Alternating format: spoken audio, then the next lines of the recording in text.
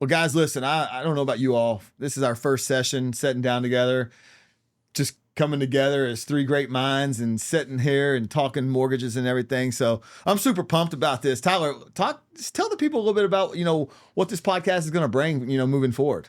Yeah, I think a lot of laughs, a lot of stories, a lot of perspective.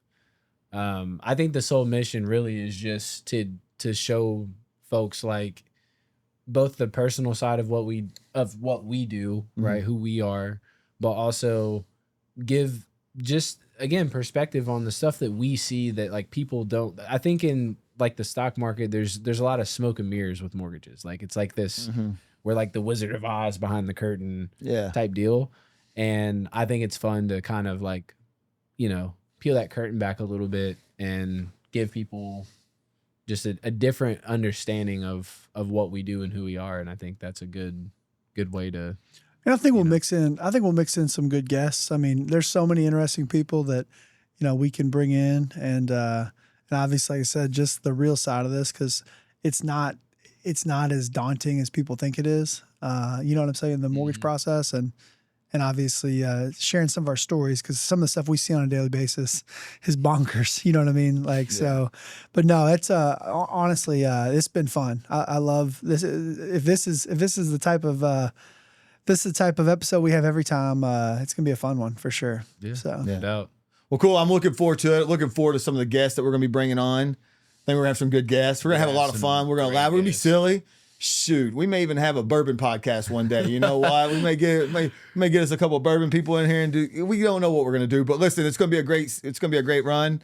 I'm looking forward to it with my three dudes. My guys. Let's go. Let's do it. Let's go. So one of the questions I've always gotten, doing this for 23 years is how in the world did you get into mortgages? How you still doing mortgages? How'd you get into mortgages? And it's a great question. Actually, it's a really cool story on how all three of us got into it. It's a wild journey that none of us anticipated. So I feel like you don't just start mortgages, you just like stumble into it. Yeah. Like you just come across, just find it like this secret like society that exists.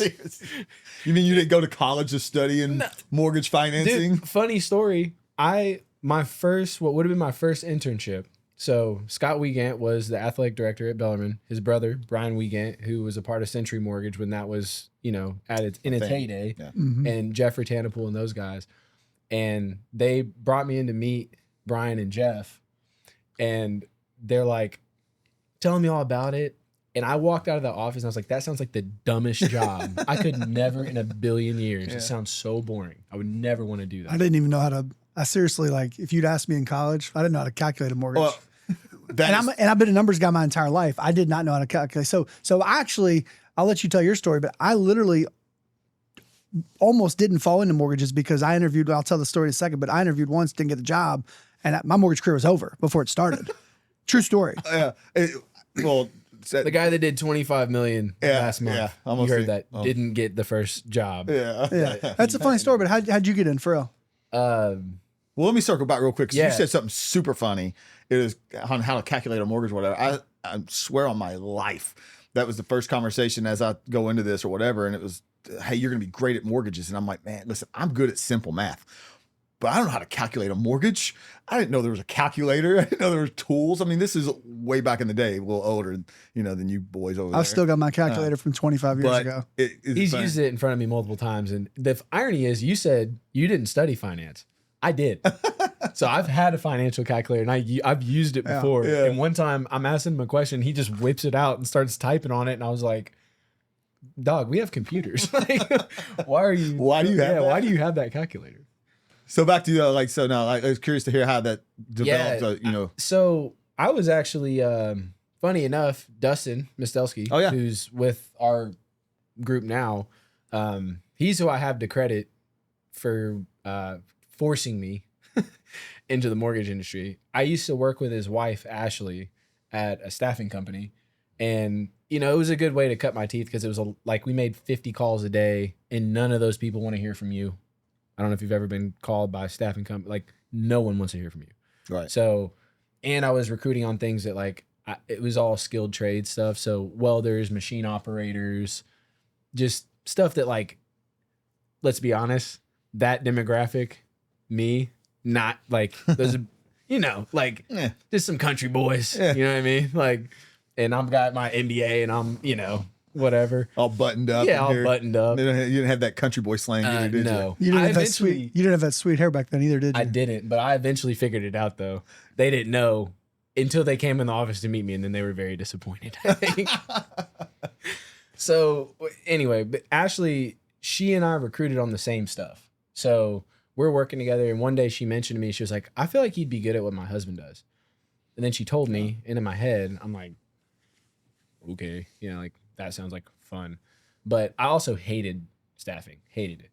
Like just miserable. Yeah, it's one of those things like we talked about this morning. I try to bring perspective when I'm like having a rough time or it's been a rough patch or whatever. And I try to think about those times and how every day when I woke up, like it wasn't nearly as challenging, but it was challenging because it was so boring and monotonous and like corporate and just wasn't fun. So I got lunch with Dustin. We had a fantastic conversation. You know, he played ball in high school just like I did, and I played in college and whatever. So we just like really, you know, clicked. Well, hold on a second. You played college basketball. I think you might have a couple little hardware, right? Yeah, I've got three nice little rings. On my desk. Just skip over that. Yeah. You know? Yeah. Shout out to the Bellarmine boys. Yeah, there you go. Yeah, that was a time. That's why I'm in Louisville. That's a whole nother story. But there you go. So I met with him, but at this time I had only been on that job for like 4 months. So, you know, I'm like, maybe I haven't given it a fair shake. Like I haven't been doing it that long. I'm going to see it through and see how it goes. About a month later, he texts me and he's like, hey, let's grab lunch this Friday again. Or it was Monday or Tuesday. And I'm like, okay. So we go get lunch. Same thing. Great convo. Just chopping it up like we've been boys. And he goes, awesome, man. Well, you have it was Tuesday, because now I remember. He was like, well, you have an interview tomorrow at noon at our office. Keep in mind, their office was right across the street from the office that I worked at. Oh, that's good. Like you could see my car from the window, so I had to park in the back. And he goes, you're going to make me look like an idiot if you don't show up because the VP is going to be there. And I was like, all right, like I'm not going to make you look like an idiot. So I show up. We had the interview. It went great. They offered me the job. They actually offered me to be an LOA first for the first 6 months and then transition into the LO role after that. Right. And I worked under Dustin, buddy Kevin Enright, who worked with us, you know, for a bit. Just a great group of LOs to learn from and cut my teeth with, and then it just fit like a glove. Yeah. And I would have never thought in a million years. Yeah, here you are with your MBA. Yeah. Coming out of Bellarmine. Yeah. Fresh off a successtional college basketball career. MBA. Yeah. MBA. Not NBA. MBA. But and then, you know, here you are. Yeah. And then. That's pretty cool. Storybook. Then I run into you two clowns. Well, listen, now let's jump into that before we go any further here. This is the best because basically magic happened at Gerstle's at 3:00 in the morning. Yeah. It wasn't quite 3:00 in the morning. I mean, okay. 2:15. I'm glad one of us remembers what time it was. I just know it was late. That's all I know. So let's talk a little bit, Jesse. I don't even know. You and I were. We were just out and about. I can't believe y'all. Knowing you guys now, I can't even believe you were out that late. Well, yeah, because we don't go out that often, and Jesse and I are literally just happened to be out one night grabbing drinks. No, that's not even how it worked. I remember it. You fell asleep at the bar when I was talking to him. I did not fall asleep at the bar. You fall asleep in public. Wait a second. We were at my house. Too many times. We were at my house, and we were, the kids had played. It was time. Gray Paris went home. My kids went to bed. We're watching TV. It's late. We're like, let's get a snack. Okay. Yeah. So, what's a local place that we like to get late night cheese bread? Actually, we started at Saints. That's where I'm going. Okay. That's where I'm going. You said cheeseburger. That's cheese bread. Oh, cheese bread. Sorry. Cliff, he doesn't even remember what you sell. So we run up to Saints. It's like 11, 15, 20. We're like, oh, they're still open. Kitchen's open. We roll in and they say, kitchen's closed. And we're like, it's 11:20. They're like, oh, it's been dead. So, a couple guys, we know our way around St. Matthews. And we had figured out that the food over at Gerstle's was pretty good late night. So we go over there and we order in normal fashion, we order about 17 appetizers. And mind you, the average age in that bar that night. How many sauces did you order? I mean, a bunch. But the average age in that bar that night was about 20. We were literally grandparents. 100%. And so he didn't even go full circle about why this guy run into him that night was so funny. So Chad and I both know a guy named Ethan Adams who, may or may not be Tyler's, biggest homeboy in the business. Dog. And we had bailed Ethan out, I don't know, 3, 4, 5 times over the last like 3 or 4 months where Tyler couldn't get loans closed at his previous company. And so Chad and I had been dripping on Ethan, come on, like what's got to give? This guy, he's not getting loans closed. And Ethan's like, no, he's a dog, man. He's a dog. He's just not the right product. So we need to get him with you. So we go out for food that night, and who do we run into after we order 15 appetizers? Oh. But Ethan Adams and this clown. I'm still convinced I was set up. It's called. I'm convinced I was set up. It's called serendipity. And y'all were. Listen, I wish I could say that. I wish I had been that prepared after that many bourbons. Yeah, I wasn't. So when Ethan comes up behind me, and next thing I know, I would basically feel a knee in my back, and this big old boom from Ethan Adams, this big old burly dude, and he comes in and gives me a big old boom, and next thing you know, we turn around and here's T Jinx. So we talk for 2 hours. Ethan, in pure fashion, disappears. Right, like he completely ghost modes that night. Let me add some more context to this too, because at this point I had seen Chad. So Chad and I had a few agents that we worked together with. Some of the lovely ladies at the Stacy Duvall Real Estate Absolutely. Group. Shout out to Stacy Duvall and Olivia. And so I had actually seen, if you've never met Chad, but you follow him on any social media, I've never in my life heard someone speak about themselves in the third person more than CP. Chad and Billy. And so I thought he was the weirdest dude. I had never met him. Like, I was just like, I don't know. But I knew who he was. Now, Jesse's like a ghost. Like, everyone knows that name, but if he was standing in your living room, you'd have no idea that guy's been the number 1 LO in Kentucky for the last 15 years. Like, which is mind-blowing to me. So I didn't even know that was Jesse. I recognized you and said something to Ethan about it. And then that's when he introduced us. He's like, look at this clown. I was like, oh. Tyler goes, look at this clown. There's that clown that keeps saving Ethan on all these deals. Like, this is gonna be awkward. Like, and Yeah. So I'll let you continue. Well, and then flash forward. So Tyler and I talk. Chad and Ethan are kind of talking. We talk in the corner until like 2:00 in the morning. Finally, Ethan disappears. Tyler's got to get an Uber, and Chad and I get home. Go to bed, whatever. I wake up the next morning. I'm like, Chad. I'm gonna get Ethan to give me his number. Like, I'm gonna get Tyler out to lunch. I'm like, he's a dude. Like, he's one of us. Yeah, right. And so I text Tyler the next day, and I'm like, hey, good talking to you last night. Anytime you want to chat mortgages, you have any questions, call me. And from that point on, it was one of those things where I couldn't shake him. He kept coming to me. He's like, hey, I really want to get together with you. I really want to get out to lunch. Yeah, exactly. In all seriousness, no, I was like, hey, let's get lunch sometime. And we went to one of the single best spots to get a pulled pork sandwich and fries over at Brownie's. If you ever had the JB sauce, it's good. We got a little lunch, and about 3 days later, Tyler calls me back. He's like, let's go. So one meeting. No. You skipped. Oh, I forgot. I was wine and dine, so I'm not gonna let you just. I forgot we went to the what's that place called downtown? Thirsty the Bourbon Room chick that was trying to knock down your door. That is not how that happened. The Bourbon Room. What's that place called downtown? Louisville. It was Louisville Thoroughbreds. Yeah. Shout out to the Louisville Thoroughbreds. Yeah. That crispy chicken sandwich. It was good. Fire. And that was probably what pushed it over, was the fact that we got you crispy chicken sandwich at the Louisville Thoroughbred Society.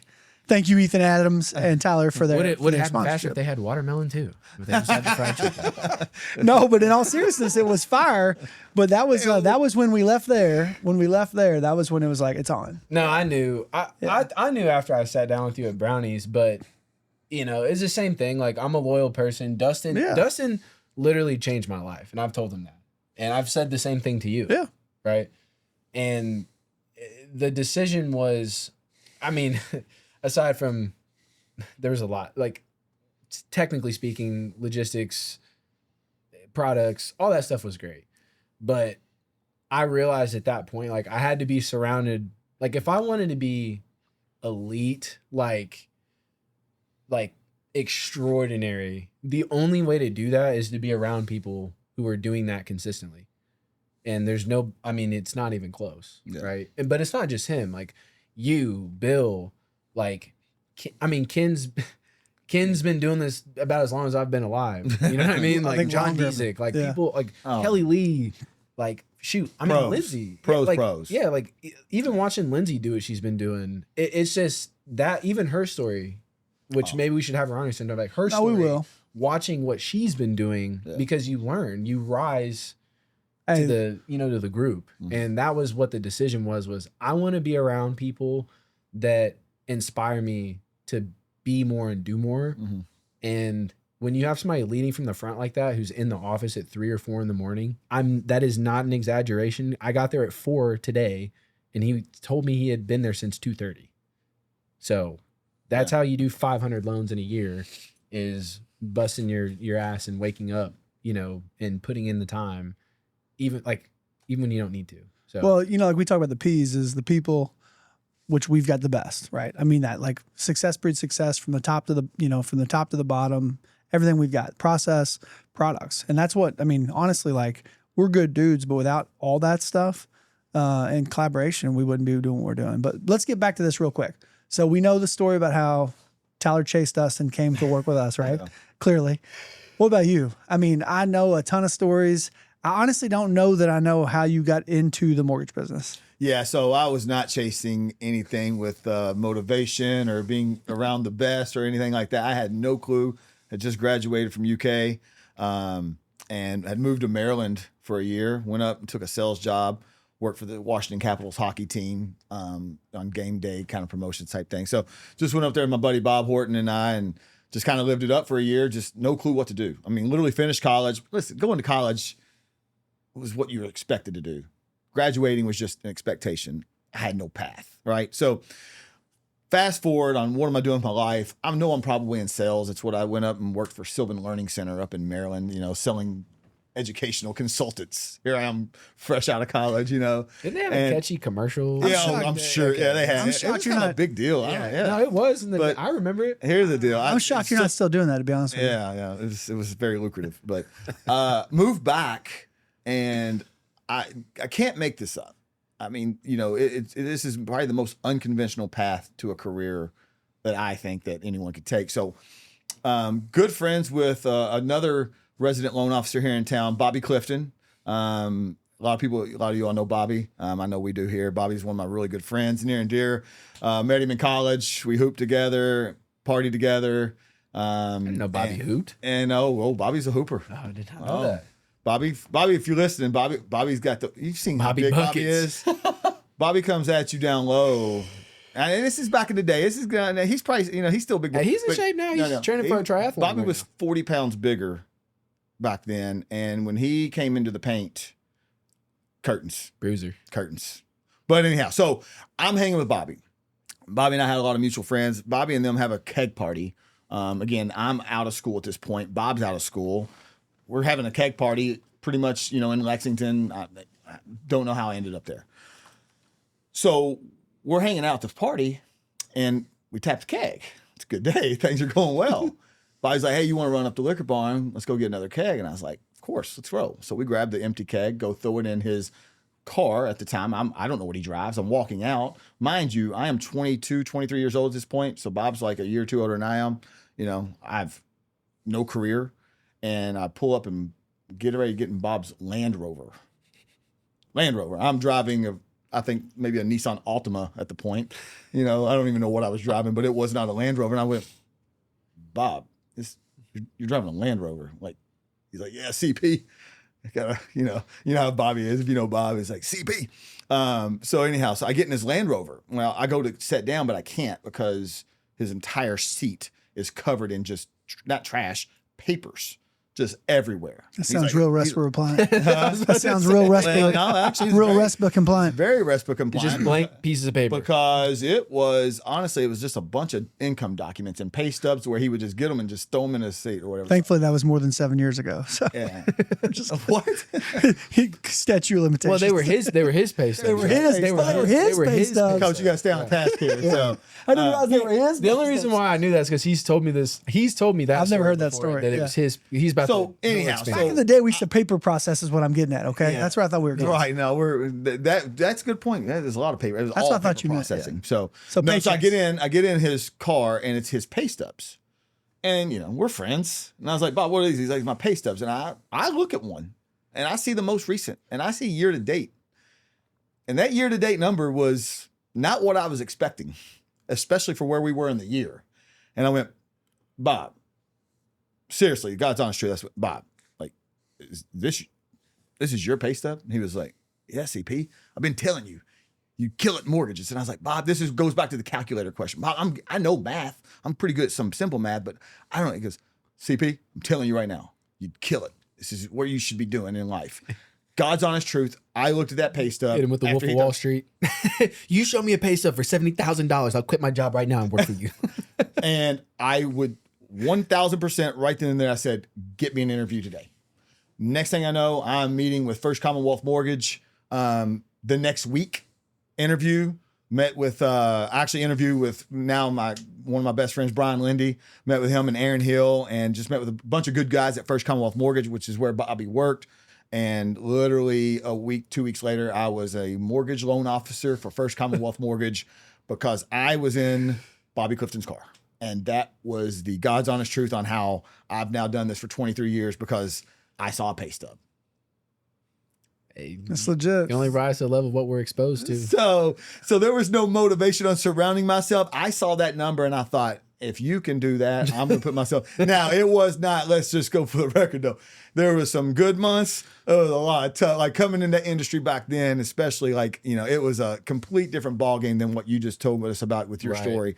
The 100 calls a day and the grind and, there was, Boiler room. trust me, the fact that I've sustained, I mean, I actually took a break for a couple of years from the mortgage industry just because it was not all bells and whistles for that, time period. But yeah, so here we are today, 23 years later, still kicking and screaming. And that's it. So, hey, shout out to Bobby Clifton. Appreciate you looking out for me, bud. So That's wild. yeah. So Well, My chase. about you? Well, hold on real quick. We talked about how you got to here with us. Our dating was pretty quick, right? We fell in love quick. We realized it was love at first sight. I was already 1 foot out the door. So This cat, that's what I'm saying. We just knew it. It was love at first sight. This cat, it literally took about 5 years, 3 or 4 years for real, of me constantly chasing Trisha Paris to be like, what do we got to do to get your husband to at least come talk to me about coming to work and being part of this thing. And finally, like true, like 100% true story. We have a basketball league at Our Lady of Lourdes, where our kids go. We had a basketball league at Our Lady of Lourdes, past tense. Maybe we'll fire back up with that new gym floor. Well, now I'll actually be able to play. That's right. 'Cause I'm 30 now. That's right. But we have a draft. And I don't know if this dude literally can hoop at all. And I'm like, I'm drafting him. That's how I'm going to get to this cat. I'm going to draft him. And we found out, like, after one of the first games, I'm like, you want to come over and have a bourbon? I found out his love for bourbon. It still took me, like, for real, 6 months. And finally, he calls me on spring break. He vets us with, like, every loan officer in the company, I think. He's calling Steve Renfro, Laura Wessel. He's calling all these people. And finally, he's like, I'm coming. So, To be fair, though, you were the top dog. oh, where yeah. you were, right? Yeah. So, Yeah. So, yeah, I mean, I was at First Commonwealth. I was number one most of the years there, and I worked, I worked with James Barker, another one of my great mortgage mentors. He helped change my life. So shout out to James Barker as well. Great company, man. It was a tough decision. I mean, I love those guys. They treated me well. So it was hard for me. We always talk about grass is not always greener on the other side. I mean, Yeah. we could go. I always tell people I could go 30 other places today and make more money. Per se, based on like Right. what they're going to promise me, right? If you can sell it. But at the end of the day, I'm probably not going to make more more money than 20 at 29 of those 30 places, right? Yeah. Just because it just doesn't work that way. Mm-hmm. So I've always lived by that creed on be thankful for what you have. Be blessed if you're in a good spot. You know, take advantage of your opportunities and don't always think that there's something better. I've always stood by that. So it took me a long time to break away from that, not realizing that my potential had not been, you know, uncapped yet with being around other, you know, people of my, you know, position and like as far as like the strength of what we do and the products and whatnot. Mm-hmm. So it took me, it took me a lot, honestly. And then, like he said, on spring break, I kind of hit my boiling point. A couple things happened and made the phone call. And what's crazy about the transition is not only did I take 3.5 years, or he literally would wave me down on the street and traffic and basketball. And my wife would come home after walks and be like, oh, Jesse was asking about you again. I'd be like, Jesus. But I love the persistence. I'm glad it happened. Right. But what's crazy about this, talk about someone in panic mode. We had literally, you know, I made this move in April of, I don't know, 18, I think it was. Doesn't matter. We were pregnant with Gray Paris. And, GPC. And I'm sorry, we just had Gray. She was 5, 6, 7 months old. So here I am leaving. I'm doing well at First Commonwealth. Really well. We're paying bills. All right. We're doing good, but you know, whatnot. And I take this leap of faith with a 7-month-old baby. And I got 2 stepsons in private school as well. And here I am coming over to a new company with new faces. New process. Bro, I'm not even going to, I ain't going to lie to you. I was walking through the building. This is when we were off 42, and that's where they had an office over there on 42, operations and IT and stuff was over there. And I was going through IT to get like my scanning stuff. I ain't gonna lie to you. I had a panic attack because I've never really had one. But if that's what panic attacks feel like, I almost had one right there on what am I doing? And I walked out of there thinking I need to go back. I made a mistake because I was like, what if this doesn't work and I have a new daughter? So anyhow, long story short, that first 30 days was interesting. But you know, listen, we're here for a reason. You know, we trust in ourselves. We trust in our abilities. Rarely wrong. Yeah, it is. And this was like, it'd been different if it hadn't been calculated. If it hadn't been vetted. I just jumped. Right. Yeah. What, you know, yeah, but we were in 2 different spots. No, I agree. I totally agree. You know, totally it'd be like you doing it now. I mean, obviously, you know, here you are with one on the way now. It'd be like if you were in kind of that limbo of your career, like going to the next step and you're trying to get up to here, but you're doing it while you're getting ready to have another baby here soon. Right. Well, I think the reason why I mentioned about you being the top dog is like, that wasn't like, I felt like I was being like capped. Yeah. Right. Like I felt like because they weren't providing the support, and it was a great place. I'm not talking, I have all the love in the world for everyone that helped me on that journey there. But there was a lot of things that like suggestions I made, and I was in growth mode and the company as a whole was not. Right. So once I realized that, that's why I said I was already 1 foot out the door. As soon as I found somewhere where like they were in that same space, like I was gonna be out.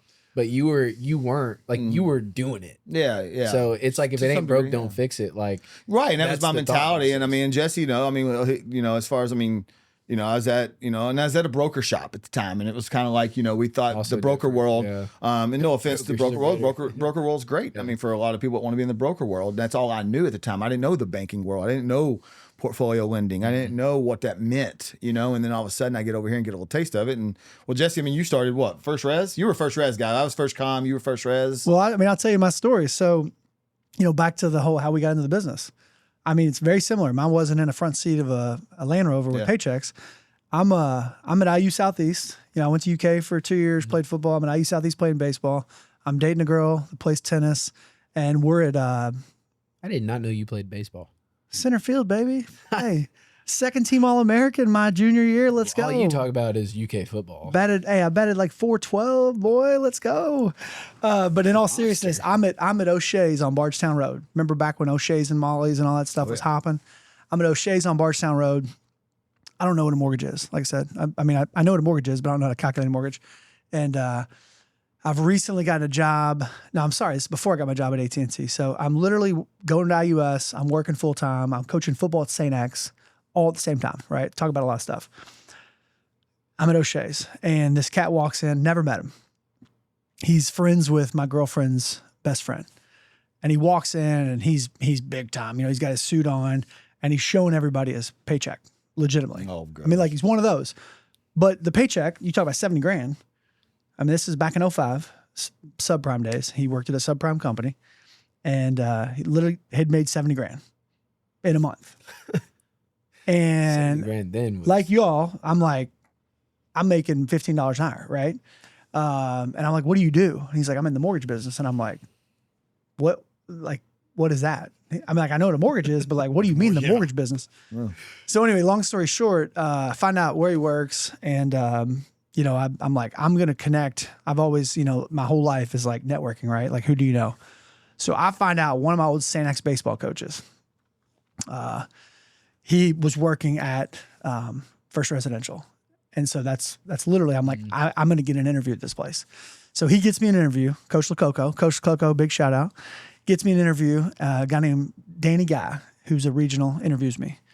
And I probably wasn't prepared. You know what I mean? I hadn't had a real job. Like I was, at the time, I was working, like I said, odds and ends jobs, just making it work. Did you wear salmon pants and or salmon shirts? I didn't own salmon pants back then, to be honest with you. I probably wore like, honestly, I probably wore a pair of khakis from when I was at St. X, but you do now. I you own some now. Lots of salmon. Shorts, hey, shirt, 4 girls, let's go. So I show up for this interview, like I said, in their defense, very underprepared. I think I'm prepared, but I'm very underprepared. I've probably been out the night before. Big shout out to the Hikes Point Lounge. You know, Bo and I used to go there all the time in karaoke. The theme here, if you haven't noticed. Probably showed up unprepared. Danny Guy shows up, big dude, big shoulders. And he sits across the table and nice to meet you. I'm Jesse Cronin. Hey, I'm Danny Guy. And I'm expecting to like have a conversation, right? And he goes straight into, I swear to God, I'm not making this up. He rolls a pen across the table and says, sell me this pen.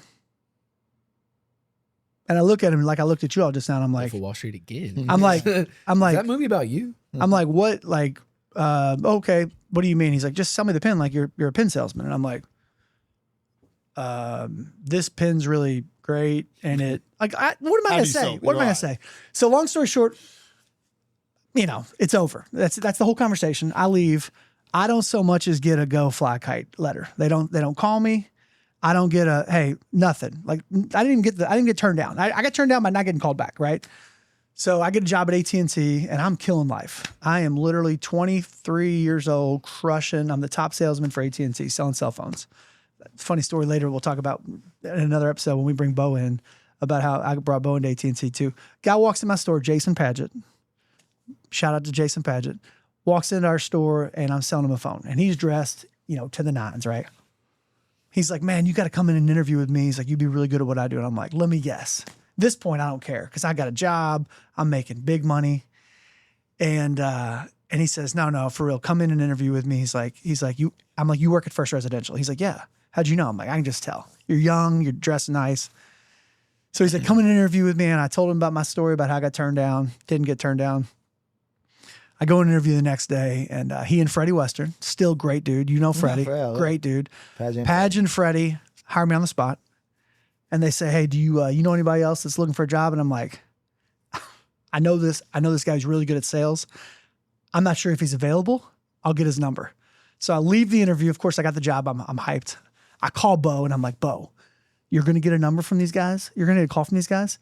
Don't tell them we're roommates because I'm not sure if they'll hire you. If we're roommates. Bo goes interviews the next day we start. That literally next Friday, that's 20 years that we started in the mortgage business. July 25th, 2005. So long story short, I almost didn't get into the mortgage business and go to First Res. You know, First Res was the broker shop. And we, within the first 3 months, you know, you train and it was all internet leads, right? We trained for the first 2 weeks and I was lucky, very fortunate. I was still at AT&T and I had talked to my boss and I told her what I was going to be doing.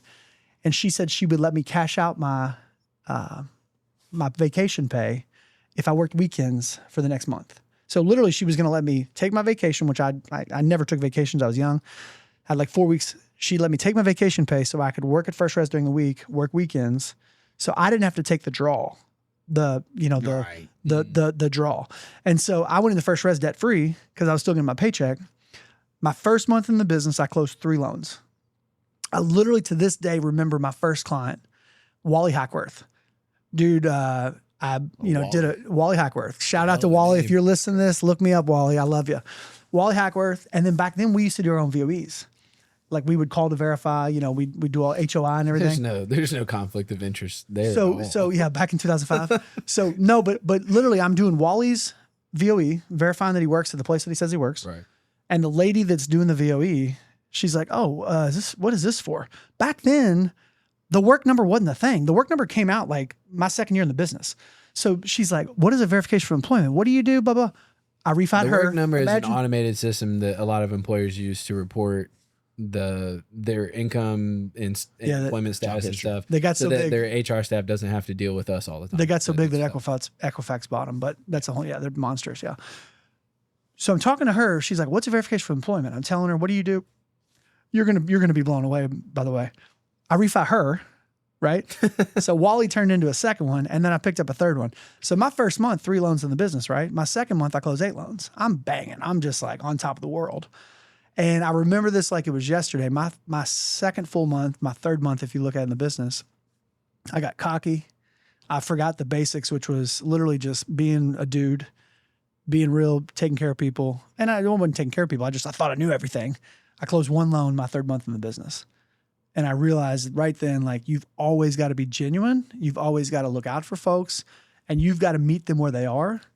And from then on out, I literally took over top loan officer at First Res for 6-7 months straight until we decided that we went out on our own. About a year later. Oh, that's awesome. So I went 0 to 0 several times back in the day. It was one of those where, listen, when you're young, I was single. Man, just hearing you say that, like, talk about not closing 1 loan. There was a thing back in the day to where it was like, again, we called it 0 to 0 because you'd go out and you'd have this huge month, get this big paycheck, and you're like, oh man, I'm living. You go out, spend every damn dollar of it, whatever, being silly like a fool, thinking that next month the loans would just continue to keep coming. They don't just keep coming if you don't work hard. Right, like it was wait a second, I just closed 0 loans. Oh no, I'm super jaded to this day. I have never ever.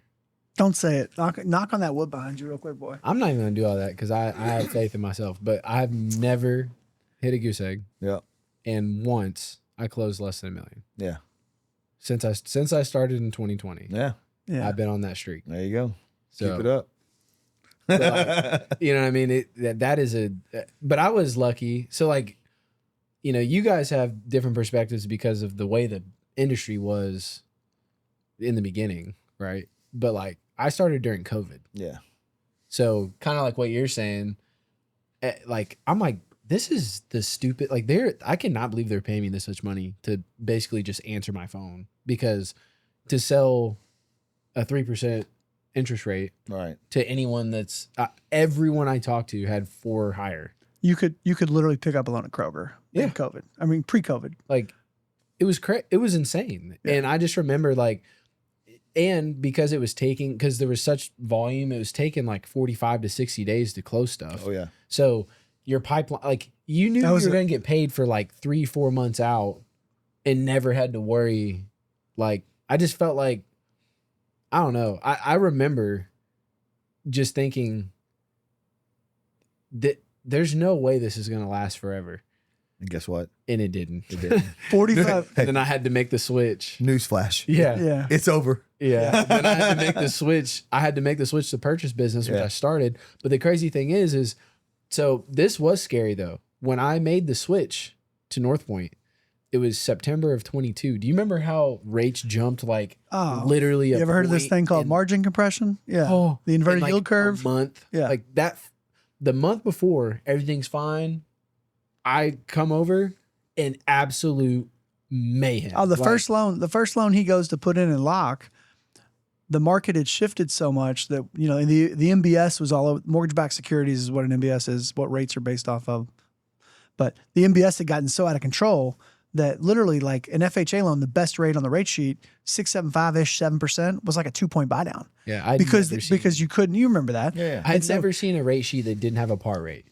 Like, par means like there's no cost. It's whatever. But I mean, I'm like, kind of like what you're saying. I'm like, what have I done?